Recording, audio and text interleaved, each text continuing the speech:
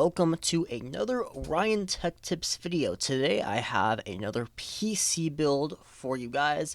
This is a very nice gaming build and a pretty strong editing build. I'm going to get more into detail in that later on. So this is a $3,000 PC build. Amazing for gaming, can also do some great productivity work. And yeah, I'll explain the performance as we go. So if you just want a summary, yes, amazing 1440p and even 4K build. And yeah, this can do a lot of amazing stuff. So for the CPU, I went with the i9-13900K, 24 cores, 32 threads. Very nice processor. It has a performance core clock of 3 GHz, a performance boost clock of 5.8 GHz, and a TDP of 125 watts. And this is the K version, so it does have the Intel UHD 770 graphics. And I went with the i9. I originally was going to go like, okay, maybe I can just go with the i7 because I just want to take my $5,000 build and just cut it down. So I'm like, okay, i7. But the i7 in Intel's Raptor Lake lineup, it doesn't really have a place in the market. So it's a 16-core chip. If you can save $100 and just go down to the i5, which is a 14-core chip. So you're really only losing 2 cores. So I would just say, yeah, go with either go big or go budget. So either go with the i9 or the i5. If all you want is to do a gaming PC and all you want to do is play games, that's it, I would recommend going with the i5 because you're going to save like about $250-300 just going with that. So you do save a substantial bit of money. So yeah, I just go with that, and you should go with the K and not the KF. I see way too many people going with the KF. I'm just like, why are you saving $10 on graphics? It doesn't really make a whole lot of sense. And if you're video editing, you should definitely go with the K because in Adobe Premiere Pro, you can combine your dedicated graphics card and your integrated graphics chip to render the video a whole lot faster. And you know, even if you don't do video editing, I'd still say go with the K and not the KF because you never know when you'll need those integrated graphics. Maybe your graphics card is in the shop, maybe something happens to it, or you need to test out a thing. You just plug your HDMI or DisplayPort cable into the motherboard, and you can use your computer. So $10 is the difference between you being able to use your computer and not if something happens to the graphics card. So yeah, I would recommend going with the K, not the KF, but you know that's your personal decision at the end of the day. So to cool the Intel Core i9-13900K, I went with the Noctua NH-D15. Very powerful cooler. It can keep your CPU at very good temperatures and even have some overclocking room. Yeah, I mean, you can definitely go with a different cooler. I just think this is one of the best coolers. Noctua, great reputation. And yeah, great cooler overall. For the motherboard, I went with the Asus Prime Z790. This motherboard is packed with features. Just a very nice motherboard.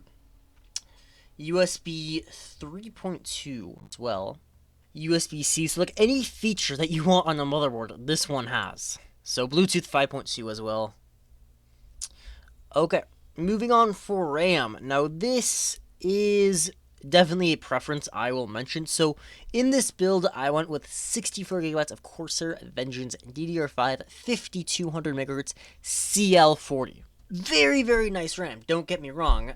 So if you are, this depends like what CPU you're going with. So if you say you just want to do gaming, no video editing, and you want the i5, I'd recommend going down to DDR4, and I'd recommend just doing 32 GB of RAM, because for gaming, you don't, like, Yeah, 16, you should probably have more than that. You don't technically need more than 16, but I'm using more than 16 when I have like a bunch of stuff running in the background. So if you don't want to like close all your stuff, I'd say go with 32, but 64 for gaming is overkill. And in terms of DDR5 versus DDR4, it makes a difference for sure, but it only makes a difference if you are using a higher end chip. So if you're just going with DDR4 CL16 or CL18 at 3600 megahertz, then yeah, I mean the i5 would be fine. You can't really tell a difference on an i5. So i9, yes, go with this DDR5 5200 megahertz 64 gigabytes of RAM. But if you went with the i5, I'd say just go with 32 gigabytes of DDR4 at 3600 megahertz. So yeah, I just want to clear that up. For the storage, I went with so we did kind of have to cut costs here. So I know storage is a personal preference. So I just went with the Samsung 980 Pro SSD, 2 terabytes. This is definitely a very, very nice SSD. So Gen 4, 7 gigabytes per second. That is just absolutely insane. So NVMe M.2 Samsung 980 Pro. It even comes with a heatsink, so you can put it in your PS5. Which, I mean, if you're doing a PC build, I'm guessing you don't want to do that, but I just thought I would mention that. So $220. Yes, you can save some money. Maybe you just want like a 1 terabyte SSD and then go with some hard drive space. In my $5,000 build, I had like 6 terabytes of very, very fast NVMe SSD, but I know in this we couldn't really make that possible. But yeah, this is definitely one of the fastest SSDs on the market. So if you're just wanting, if you prioritize speed over capacity, 980 Pro, 2 terabyte all the way. I mean, 2 terabytes, it still leaves you room to put pretty much most, if not all, of your games. If you do like record 4K footage, then okay, it might get a little bit cramped, but you can always add more storage later on. For the video card, I went the PNY XLR8 Gaming. This is the RTX 3080 16 gigabyte card. This is the cheapest card I could find. Currently going for $1,200, which is MSRP. So that is very, very nice. Yes, you can get into the argument of the 3080, or sorry, the 4080 is overpriced. And yes, I do kind of agree. The thing is, yes, I believe the 1080 costs like $650, I think.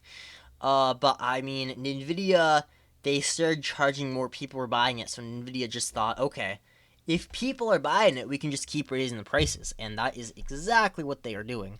So first they came out with like a stupid 12 gigabyte model, but luckily they didn't release it. I think they're just going to scrap it and then scratch out 4070 and just write 40, or sorry, scratch out 4080 and just write 4070 Ti on it. And yeah, they're planning to release that, so that's kind of funny. 16 gigabytes of GDDR6S, very, very fast. Between like 2 and 4 times the speed of GDDR6 standard, which is why like the 3080 was so much faster than the 3070. But yeah, it doesn't really matter what like card you go with. They're all in between 4% of each other. So honestly, just go with the cheapest.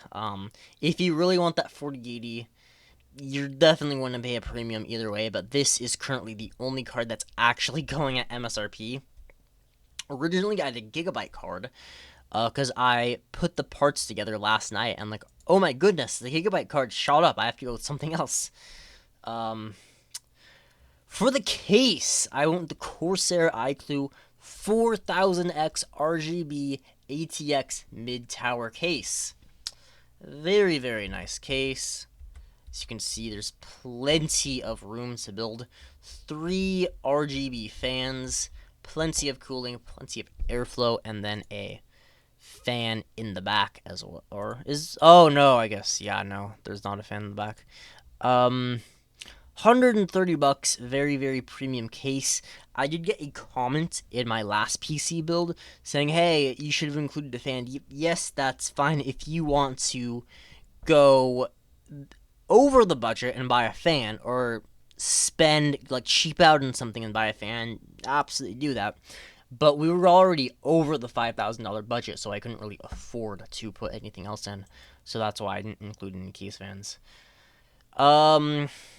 So for the power supply, I went with the Corsair RM1000X 80 plus gold certified fully modular power supply.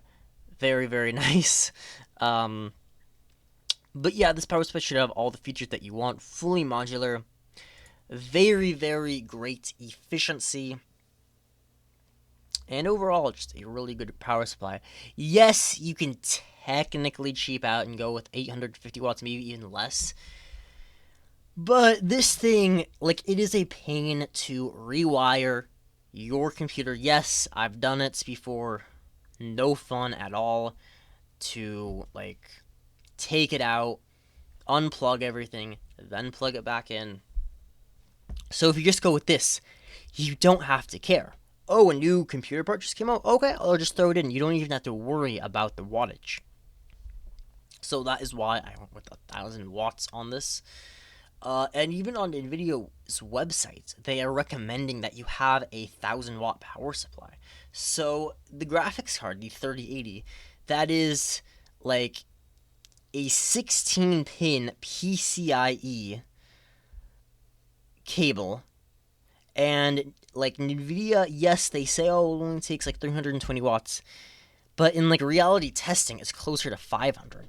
So yeah, definitely doesn't hurt. Just spend the extra money, go with the 1,000 watt power supply, and it's better. Like if you go 850, and then, oh shoot, this doesn't work, I have to buy 1,000, spend another $190. Then yeah, I mean, the saying is true: cheap people pay twice. Okay, so the total for this computer after the $15 discount is $3,014.89. So yes, we went $14 over. If money is like a real issue, yeah, you could go with like a cheaper cooler, or you can always cheap out on something. But you know, if you have $3,000 to spend, you probably have an extra $14.89 as well. But okay, I'm curious, what are your thoughts? Do you have any suggestions what else to do with this computer? Do you have any other things to say? Do you have any questions, comments, or concerns? Do you have a recommendation for a future video? Make sure you comment that down below. I'll try to get back to you.